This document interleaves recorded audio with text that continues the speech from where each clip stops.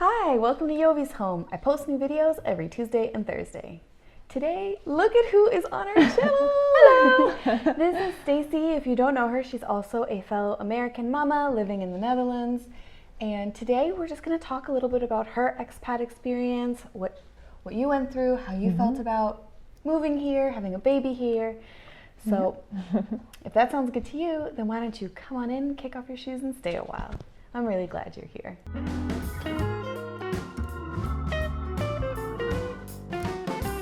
Stacy, hello. Hello. Thank you for having me over at your house. Of course, happy to. Excited. Yeah.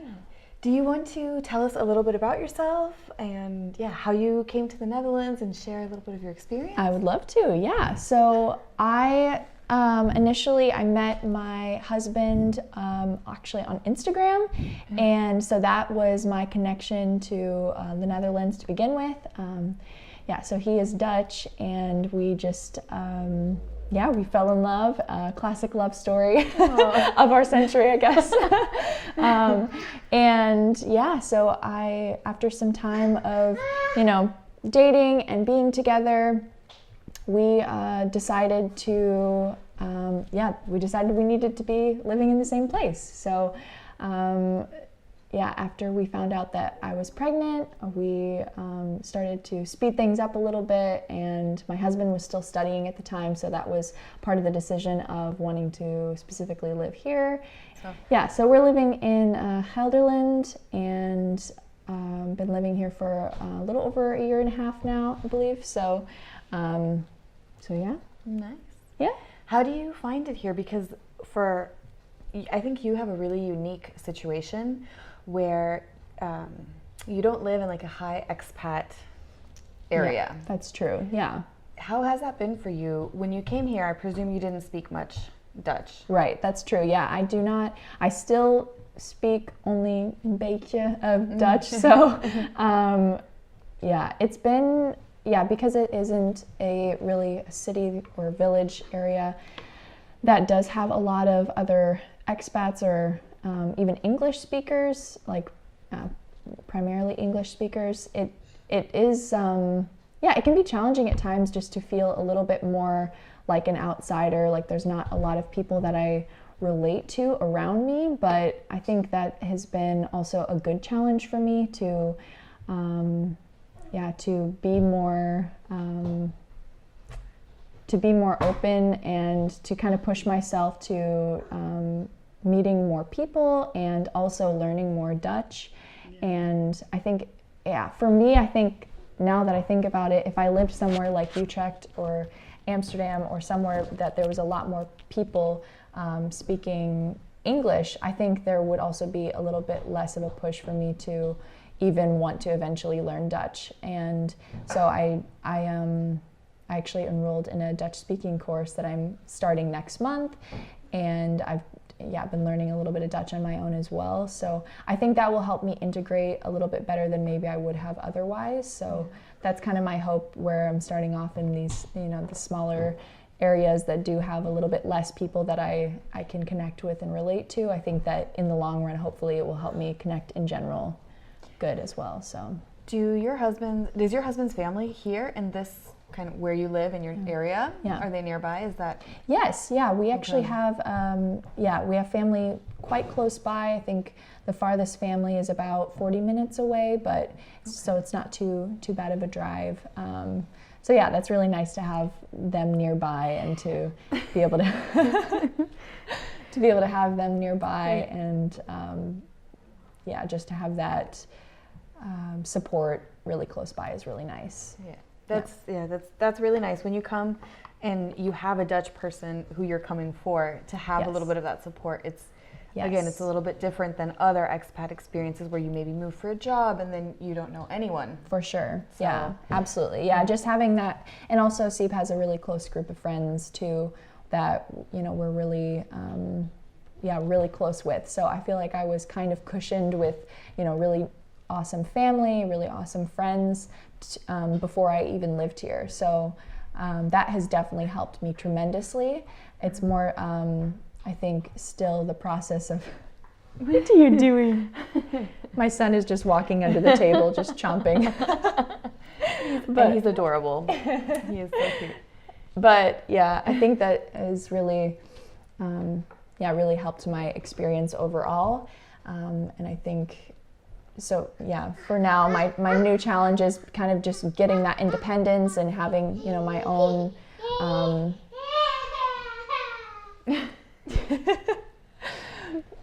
my own kind of feeling of home here as well, because I think you can find home in your partner's friends and family and their surroundings, but I think also finding that independence for yourself as an expat I think is really important, and being able to kind of establish that for yourself, and a lot of people do that through work, but as right now I'm a stay-at-home mom, so I think that kind of presents different challenges for me. So yeah. Really? No, I think also being a stay-at-home mom is also isolating on its own, or it can be. I think so too. Yeah, I heard once that stay-at-home moms or young moms or something like that are the loneliest group of people in the world. And that really hit me, wow, that's there's so many of us out there that are just kind of feeling a little bit lonely or isolated or... Yeah, you too? You wanna look at the camera? Joseph, look it over there. Can you say hi? Hello. Can you wave? Zvaya?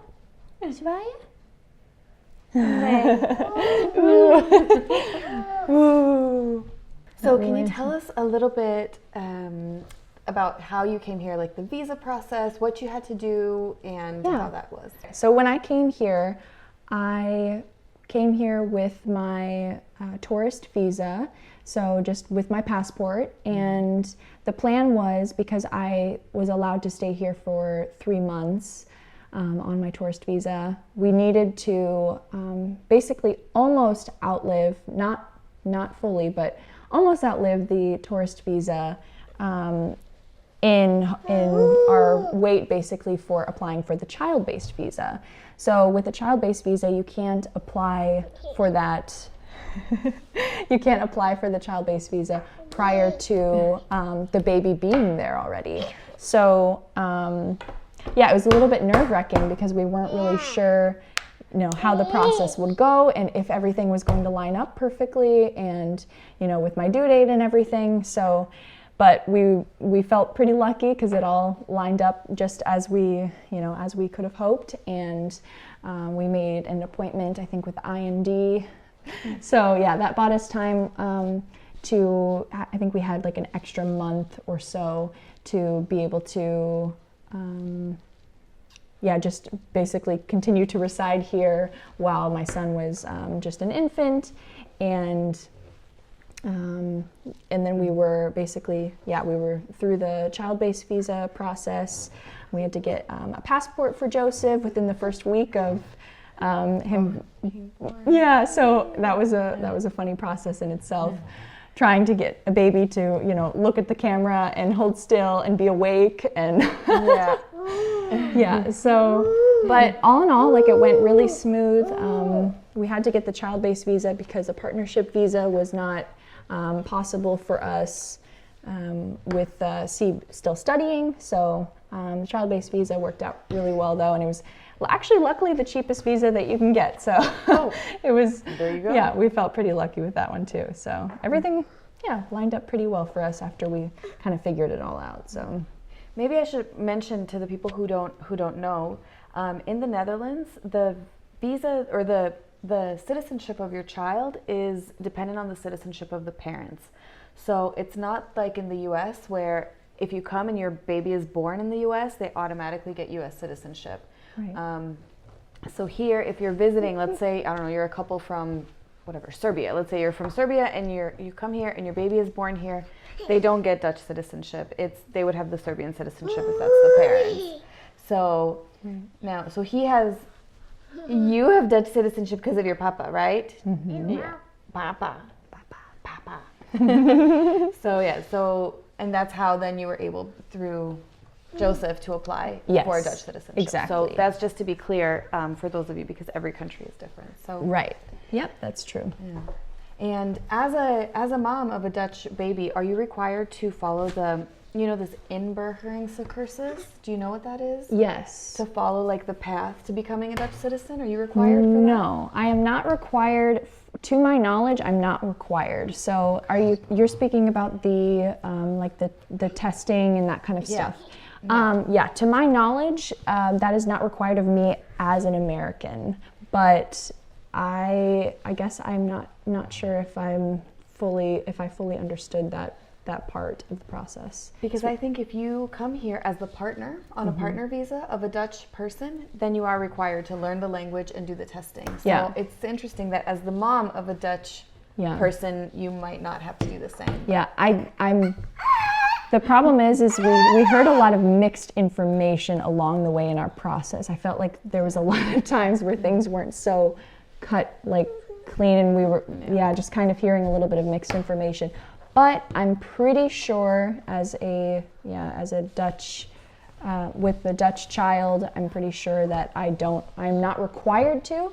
They obviously recommend it, but yeah, I believe I'm not required to follow that path. Okay. So then the Dutch courses that you're doing it because of your husband and your baby and the fact that that's amazing. Exactly, yes. Yeah. Yes, so. Oh, goodness. So what were some of the things that maybe surprised you the most about living here? And I'm not necessarily talking like, would you hear like culture shock that you might say is a bad thing, but things are different, right? We have to acknowledge things are different in the States and different here. So absolutely. Is there anything that really was just like, oh, that's different? Like, did you have any of those reactions to anything? Oh, that's such a good question. I think probably my biggest kind of shock or like, whoa, okay, is probably just some of the like social norms that are so different than what I guess I'm used to. I think I'm so used to the overt friendliness of Americans and just the excitableness and just the energy that a lot of energy and optimism and all of that I'm just that's so ingrained within me, I think. And I think sometimes experiencing Dutch culture and how people are a little bit more sober in that way, I think that can be kind of like sometimes it hits me in the face of like, whoa, I'm really not at home. So and not necessarily even in a bad way, but it really shows a difference than what I'm used to, I think. And so I guess that's the one I can think of at the moment. But no, that's a good one. That's a good one. I felt the same way when I came here, and I remember like in the mornings I would go to the bakery to buy bread, and everyone that I encountered would be like, good morning, goedemorgen, and everyone just looked at me with like terror, like, what is this person doing? And I was just like, oh, I'm just good morning to everybody, you know. So, and then I learned that maybe I shouldn't be so overt with your friendliness. Oh, honey. Well, another thing that we talk quite a bit on my channel is about being a mom in the Netherlands. Are there any things that you really enjoy specifically about mom life in the Netherlands, or? Gosh, I think I guess the city, or I don't even know what you exactly call like what town or this neighborhood. Yeah, because to some people, like for us, it feels like a city, but I don't know if it technically is. I don't know what to call it, but I guess the city that we live in, there's so many moms around, and just everywhere I walk, there's moms with a stroller, moms with little kids, and I think, I don't know, somehow I can really appreciate like living somewhere that you see so many people out and about just enjoying their time with their children, and going to the park, and just it seems like people like the moms that I've met here really are really present in their life with their kids, and really active in engaging with them, and being really involved in their lives. And I'm sure that's something that's also where I'm from as well, but I think I just really notice it here, and it's something that I really observe around me. And yeah, I don't know. That's maybe a bit random, but No, it's true. I feel it too. Like, it's almost that sense of where children, they're not as, I don't feel like I'm bothering people when I bring my children to a place like a restaurant or something. yeah, The culture here is just much more accommodating to families and family life. And if your kid is running around the restaurant or cries, or if you're breastfeeding, you can just in a public place, like it's just That's so more true. normal. And in the States, or maybe just a place where I would go visit, I really felt like I needed to make sure that my children were super well behaved all the time.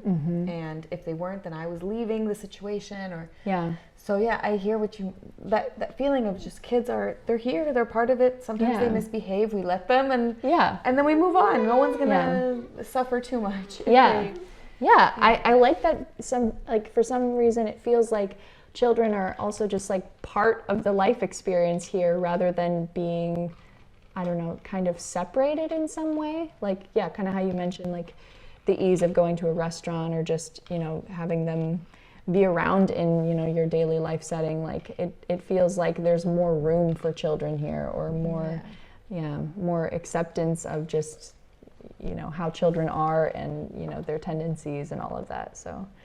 Yeah. Have you heard about what they do in Denmark with babies? Have you heard about? So in Denmark, it's completely like normal that if you go to a restaurant and you have your buggy and your baby is sleeping, you can leave it parked kind of like by the big window of the restaurant. And you go into the restaurant and eat, and you let your baby just kind of sleep outside on the street in their buggy. Have you heard that? So, no. Yeah, and it's a totally like normal thing. And then you'll have like little buggies like just like parked next to each other in Denmark. All with sleeping babies. With sleeping babies. And I think, oh my gosh, if I ever did that in the States, like I think we could even get away with that here, like in a smaller town or like a smaller restaurant. If your baby is asleep, that restaurants are smaller, you can't maneuver big buggies or something, and to let them sleep and you watch them. I mean, you see them, don't worry, But it's just more. It's like there's like a freedom here. That I've never felt in my life. Like just seeing children on the streets in like the city that we live in. Like I felt like where when I was raised, my parents had this this kind of fear around just what could happen. And there's always that. I feel like I have a lot of fear because of what because of how I was raised into that. And I think that's super normal. That's not something that is just my parents, but it's so many parents, I think. And, because of what could happen. But here, I feel like that's somewhat, I don't know, it's so much less. I see, for instance, just like little girls, just, we have a neighbor girl, and just, walking down the street just by herself, that's the kind of thing that I was never allowed to do. That was not part of my freedom as a child. That was something that was like that was really dangerous. That was seen as very dangerous in my family and my surroundings. So, I think that is so refreshing to be able to live in a place where that's just normal. That's just okay. Like and there's probably bad things that happen, but I think it has to be so much less that it's not something that people worry about as much. And that's really comforting, I think. And I think also in the way that Dutch people generally raise their children, giving them this kind of sense of autonomy and freedom, like they ride their bikes to school at a very early age, or as soon as they can cycle on their own, like they're no longer in the parents' bikes, like the parents are ahead, the little ones are behind, and that freedom like gives them a maturity and like a higher sense of happiness and fulfillment. And I think it also equips them to deal with like dangerous situations, Absolutely. For sure. Yeah, or like another thing I know that here, when you go for swimming lessons, and I'm sure that Joseph is going to end up going to swimming lessons as you should. Yes. But did you know that they teach kids, like for their diplomas, they teach them how to swim in their clothes? Really? So what I understand, the reasoning behind this is that if you fall into a canal, you're not going to be in your swimming suit. You're going to be dressed. So in order to pass like the ABC diploma, you have to wear various layers of clothes, shoes, clothes, the whole thing. You have to manage to swim.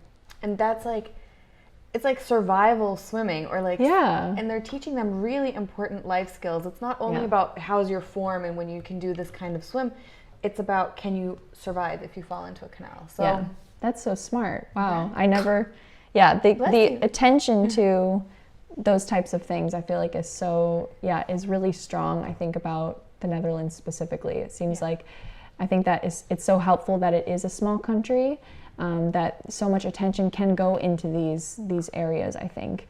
And it's I think it's a great thing as a parent, just to be able to to feel so supported by these things that are put in place. So